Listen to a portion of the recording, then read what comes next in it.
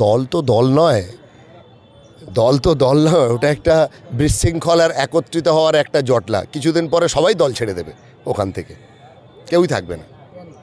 যে দলের কোনো গঠনমূলক কোনো নীতি নেই, আদর্শ নেই, বাইল নেই, আর বিজেপির তাবেদারি করার জন্য প্রকাশ্যে এখন মানুষ বুঝতে পারছে।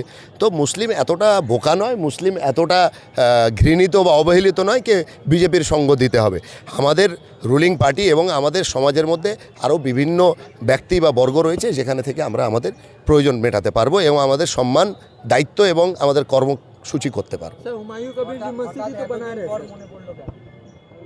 একটা মানুষের সময় লাগে ভালো এবং মন্দের মধ্যে প্রয়োগ করতে। যেহেতু আমি স্বয়ং করেছি, আমার কারোর উস্কানি বা কারোর মদত নেই আমার সঙ্গে, আমি স্বয়ং ওনার সঙ্গে থেকে দিন রাত থেকে বিভিন্ন বিভাগে নিজের সময় দিয়ে নিজে বুঝেছি, এই জন্যে তো সময় লেগেছে। এটা তো বৃহৎ সময় নয়, সবে তো পাটু চালু হলো। সেটা তো আমি নয়, আরও অন্যান্য যারা বিশ্লেষককারী রয়েছে, আমাদের রুলিং পার্টির জয়প্রসন্ন মজুমদার মহাশয়, যিনি ভাইস প্রেসিডেন্ট সহসভাপতি, তিনিও প্রকাশ্যে এটা ইঙ্গিত দিয়েছেন এবং বর্ণনা করেছেন তো উনি বিজেপির হয়ে কাজ করছেন। আমার টিকিট দেওয়ার জন্য তো আমার দল থেকে দু জায়গায় অফার ছিল, আমার দেওয়ার জন্য দু জায়গায় অফার ছিল। এই শব্দটা তো আপনার ব্যক্তিগত হয়তো, কিন্তু পার্টিতে খবর নেবেন। বাবরি মসজিদ হচ্ছে না, বাবরি মসজিদ কতটা হচ্ছে, এর ভিতরে কি বিষয় রয়েছে, সেগুলো আরও বিশেষভাবে আপনারা যাচাই করুন। আর যদি সহযোগিতা লাগে তো আমার কাছে আসবেন, আমি বলে দেবো কী হচ্ছে আর কী হওয়া উচিত।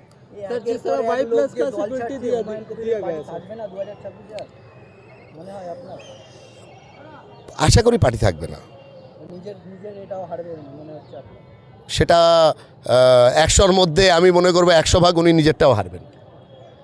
দেখুন, সব থেকে প্রথমে একটা কথা বলবো, বাংলায় মানুষ খুব সচেতন। আমি একজন তৃণমূলের কর্মী হিসেবে এবং একজন সামাজিক এবং আমার ধর্মপ্রেমী হিসেবে আমি একটা কথা বলবো, আমরা সংখ্যালঘুরা যারা আছি বা মুসলিমরা যারা আছি, আমরা কিন্তু এত বোকা নয়। অনেকেই ভেবে নেয় কি এরা মোমের পুতুল, যেভাবে নাচাবো সেভাবে নাচবো।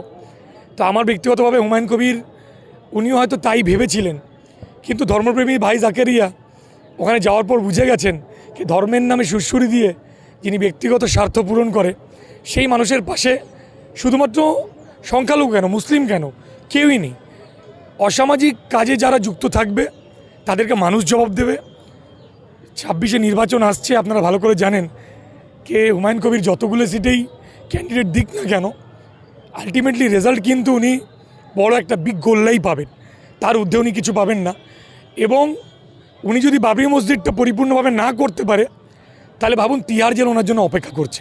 এই যে মুসলমানদের কোটি কোটি টাকা যে চাঁদা দিয়েছে মসজিদের জন্য, এই টাকাগুলো কি হবে? দেখুন, এই টাকার ধর্মপ্রেমী মানুষরা উজাড় করে কিন্তু তাকে মসজিদের প্রতি ভালোবাসার কারণে উজাড় করে দিয়েছেন। উনি সেটাকে নিজের বাপের সম্পত্তি মনে করে নিয়েছেন। উনি ব্যক্তিগতভাবে নিজের খরচ খরচা রাজনৈতিকভাবে দল ঘোষণা করে, দলে প্রার্থী ঘোষণা করে, একাধিক বিধানসভায় খরচ করার পরিকল্পনায় উনি এই টাকাগুলো খরচ করছে। আপনারা বলুন কি একটা বিধায়ক তার মাইনে কত, আর উনি ব্যয় কত করছে? এই টাকাগুলো আসছে কোথা থেকে, কোথায় গেল এখন ইডি সিবিআই? সিকিউরিটি খুব সহজে উনি পেয়ে গেছেন।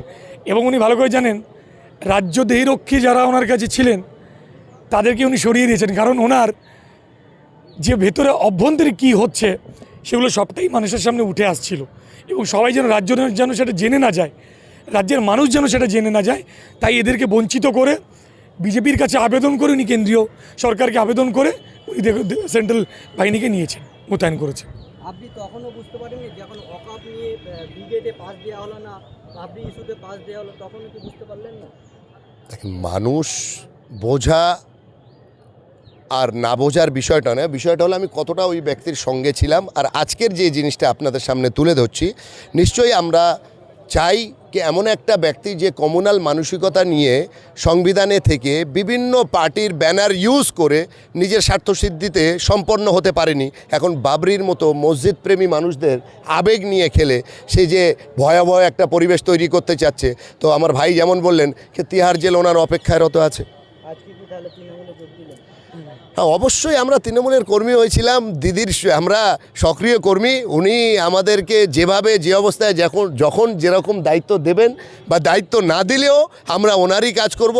কেননা সমাজের মধ্যে মানবতার দৃষ্টান্তে হিন্দু মুসলিম বিভাজন ব্যতীত যেখানে যে বিভাগ কাজ করছে আমরা তার সঙ্গে।